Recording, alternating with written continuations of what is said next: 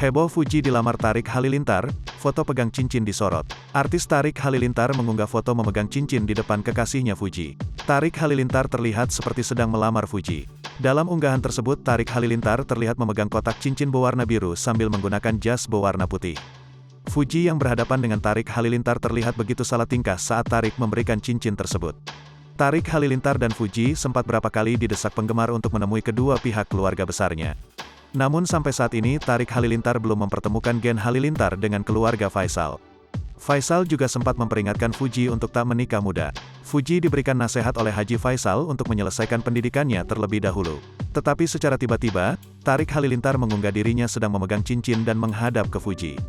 Berlatar balon yang bertuliskan, "Will you?" Ini tentunya menggugah rasa penasaran netizen apakah benar kali ini Fuji akan dilamar.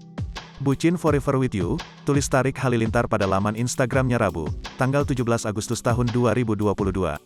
Fuji pun juga mengomentari unggahan tersebut. "Gak sabar," tutur Fuji dalam unggahan tersebut. Sontak fans tofu panggilan untuk penggemar Tarik dan Fuji ini langsung membanjiri unggahan tersebut. "Demi apa? Heh," kata netizen. "Kawal sampai halal," tutur netizen.